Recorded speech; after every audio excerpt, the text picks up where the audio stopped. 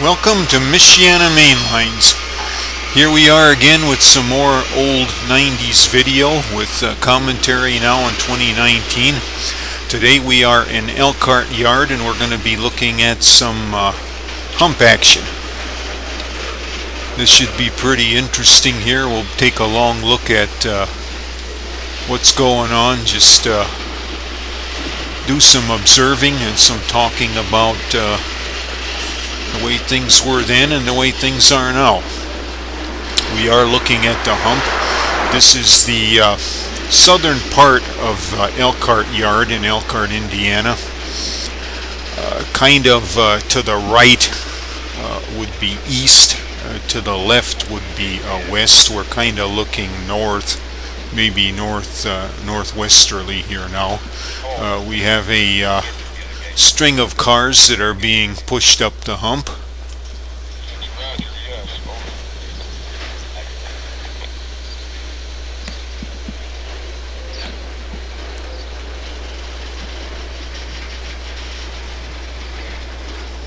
Before we really get started here, I would also like to say I would like to thank everybody that has been subscribing to this channel, all the comments that have been left. I'm really humbled that I have just passed 100 subscribers. I know that's not an awful lot when you look at a lot of the other train channels that are out there, but for this older subject matter and shaky camera and me not being anywhere near a professional announcer, I think that is just incredible. I mean, when I put the first video out here, I had never thought of getting 100 subscribers. I thought maybe after this thing was out here for maybe 4 or 5 years, maybe I'd get a couple dozen or something like that, and a whole bunch of complaints about it not being in HD, and I mean, it's just incredible. And we'll see how far we can take this. Again, thank you for subscribing, and if you know of any other ways to promote this, tell your friends or any social media sites that you may be on.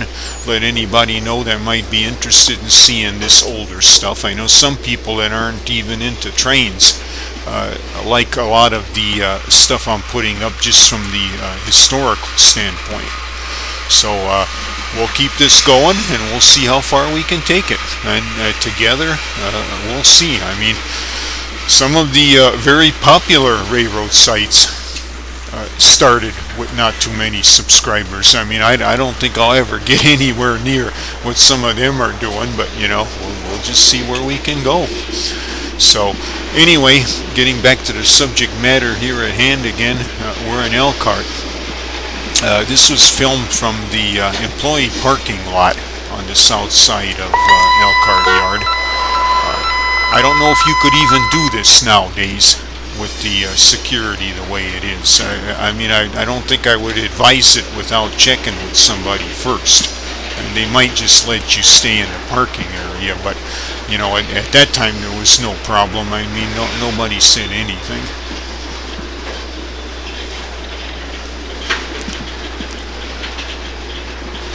I'll talk a little bit about what a hump yard is. Some people may not know. Basically, a hump is kind of a hill that freight cars are pushed up one side, they roll down the other side by gravity, and on that side there are just a multitude of switches that lead to different sidings, and the cars go into the appropriate siding based upon their destination or train that they are being made up to. It's really a pretty basic concept, but there's an awful lot more that goes on behind it. There's an awful lot of technology involved in this. Here we just see a train that is being pushed up the side of it. As we get a little farther into this, we'll actually see cars going over the hump.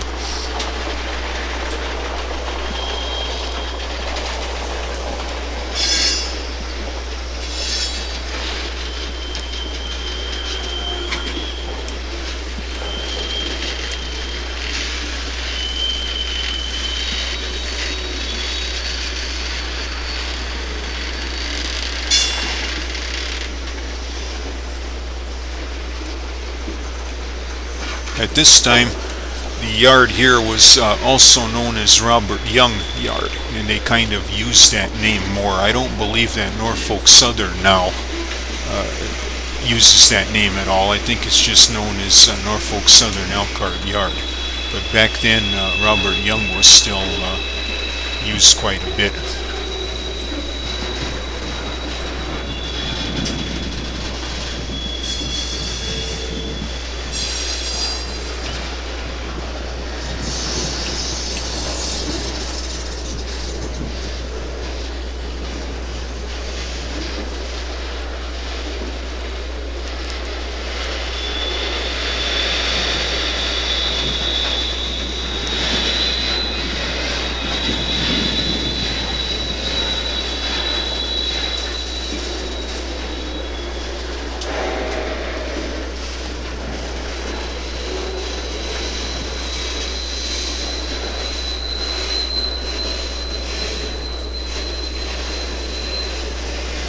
That is pretty much the standard humping speed that you see there now.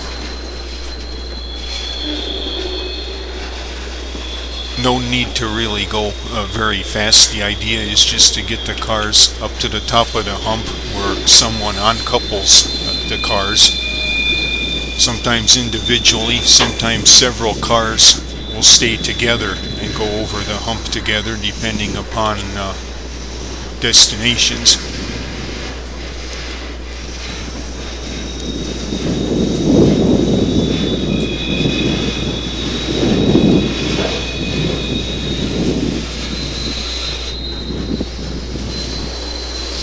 In olden days, probably even into maybe the late 60s, early 70s, there was actually two crew members on each side of the train up at the top of the hump that were called oilers.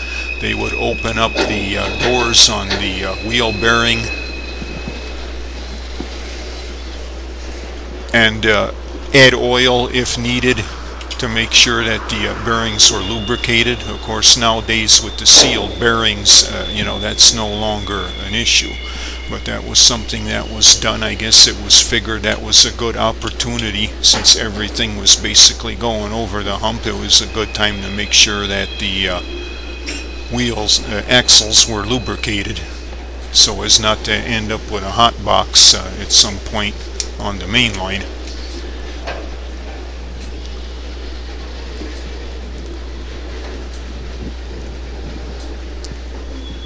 There are still quite a few hump yards in operation across the country, but probably only about half from what the maximum used to be, and there's several reasons for that, mostly relating to traffic and traffic patterns. Manifest freight like you see here is what is typically humped, and that of course has been on the decline over the decades. That's not all bad because a lot of that has been replaced by intermodal. Your double stacks, your containers, your trailer on flat car, and those have their own particular ways of being sorted. So there's just not as much of a need for humps as there were before. Plus there's an awful lot of maintenance involved with them, so you kind of reach a pivot point of traffic where it's just not economical to have them anymore. But don't think that they're on the way out.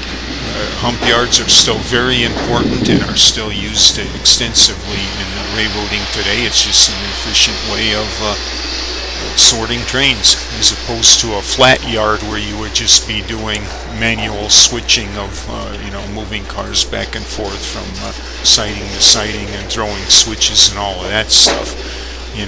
That still happens too in smaller yards, but hump yards are still a great way to sort trains.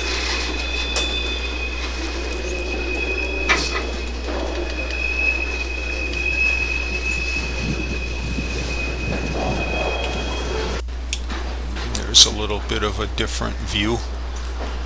Don't worry, we'll get to see cars going over the top. It's just a matter of time here.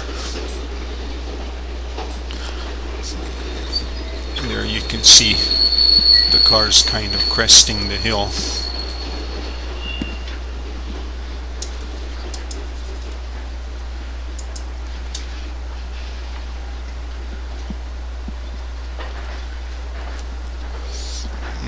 tunnel leading under the hump to get to other parts of the yard. I got to walk through that tunnel a couple times as a young boy with my dad. There you see the crew member that does the uncoupling, pulling the uncoupler pin to uncouple the cars, and then they will roll over the top by gravity and down the other side, 2 at a time in this case.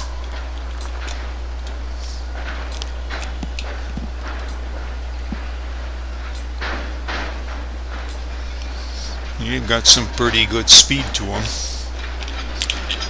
And that gets to some of the technicalities that are involved in these humps.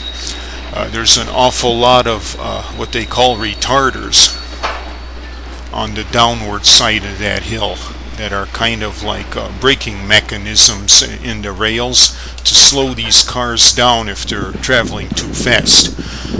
5 miles per hour probably is a good average coupling speed. When they hit the other cars that are waiting in the sidings, they won't damage the car or the cargo.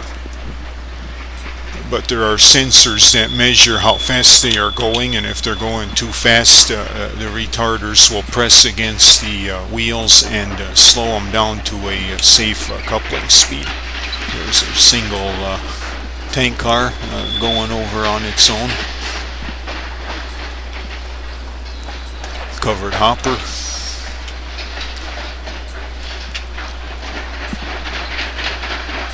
And I believe that tower there that you see is what they called the Hump Tower.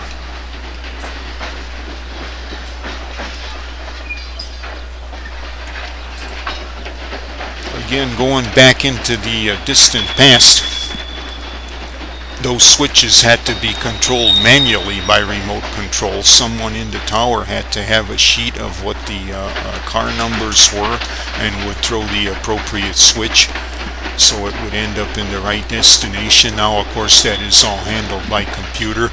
I think here in Elkhart it was probably the late 60s, early 70s when computers started taking over that operation. I remember the one particular time when I got to go up in that tower and observe with my dad. That was around the time when they were switching over, and they were still having to do it both ways. They would have to verify each car because they didn't totally trust the computer yet at that point. Here it looks like we have several going over again.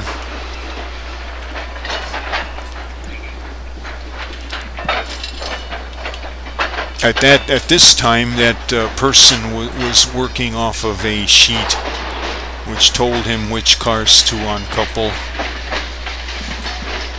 I'm not sure what they do nowadays. They might have some kind of an electronic smartphone setup or something. I wouldn't be at all surprised.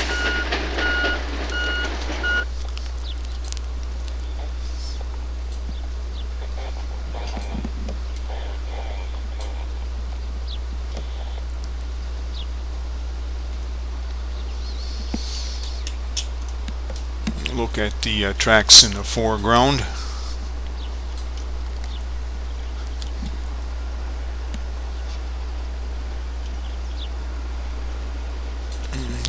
And looking more towards the westerly direction there now. Elkhart is a pretty big yard. Unfortunately, not really any good ways to see the whole thing from the ground. You can see quite a bit looking at the satellite views.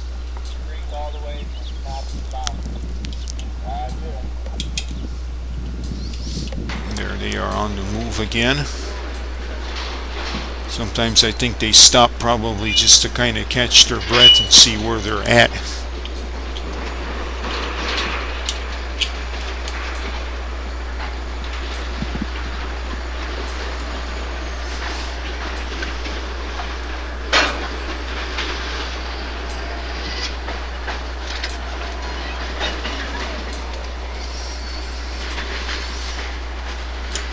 Can imagine what it's like keeping all those switches clear in the winter time when you have a big snowstorm in progress.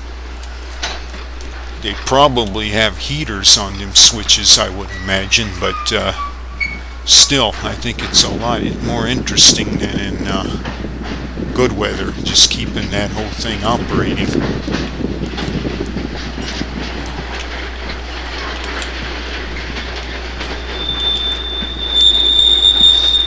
Also, not only do you have to worry about cars going too fast, but sometimes you will have a car with tight bearings or just a bad bearing or two, period, and it will not have enough roll to make it down the hump to its destination.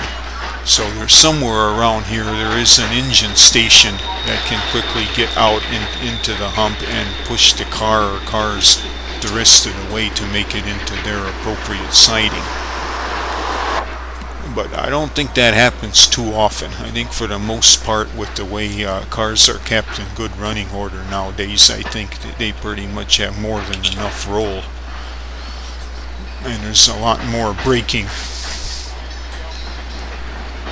than pushing.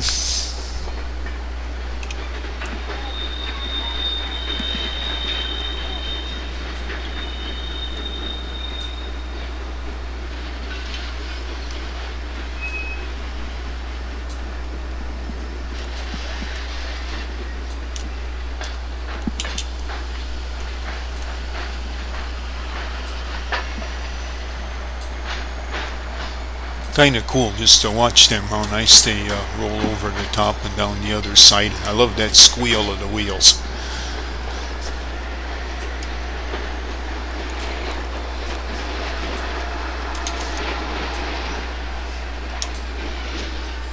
In fact, a lot of that squeal you hear on the other side probably is the retarders that are pressing against the flanges and slowing them.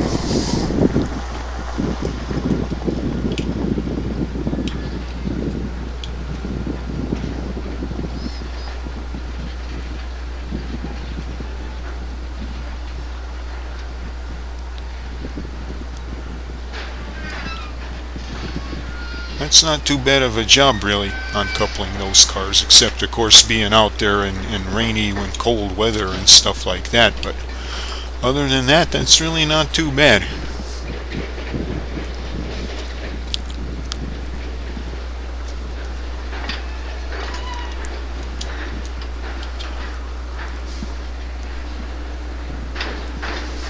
Getting back to the security again. That particular time when my dad took me there, I was just a younger boy, and we walked around that entire yard basically. Nobody ever said anything to us. In fact, most of the buildings and towers that we poked our head into, they pretty much just welcomed us and motioned us to come in, which I doubt that you'd get very far walking around there today. You might even actually get arrested if you're not careful. It's just sad how things have changed over the decades. Of course, I think 9/11 was kind of the major starting point of all the security now, but still, it's just sad looking back where sometimes you even get into trouble just taking pictures.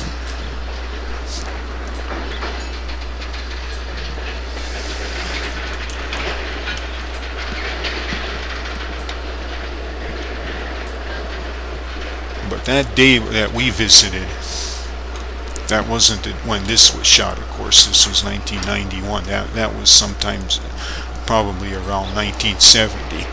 I mean, we were just welcomed by everybody. There we have a good look at the engine now that is pushing those cars up the hump. And that strange unit you see behind the engine, and you'll see more of here shortly, is what they call a Slug.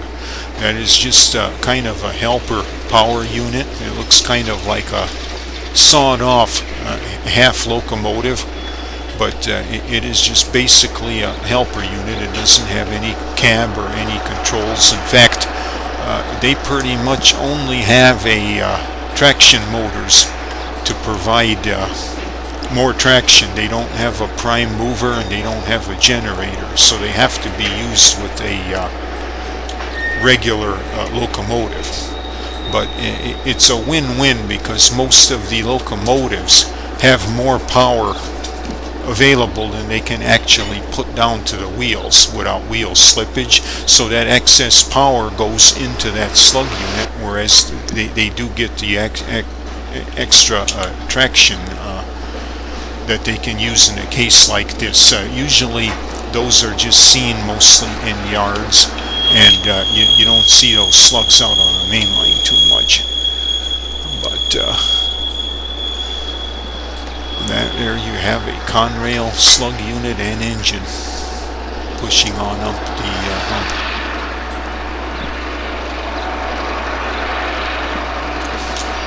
This track here in the foreground, farther to the left, I believe that is the westbound outbound, where farther to the west of here, trains that were put together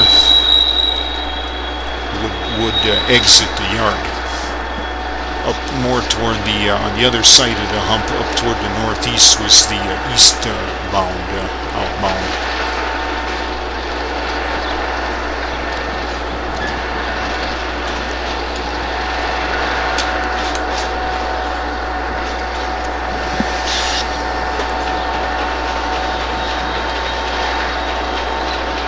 That gets us pretty close to the close of this video. I hope you have enjoyed this look at humping activity in Elkhart in the early 90s. Be sure to like, subscribe, and we're going to have some more interesting stuff on the way here. Again, thanks for watching.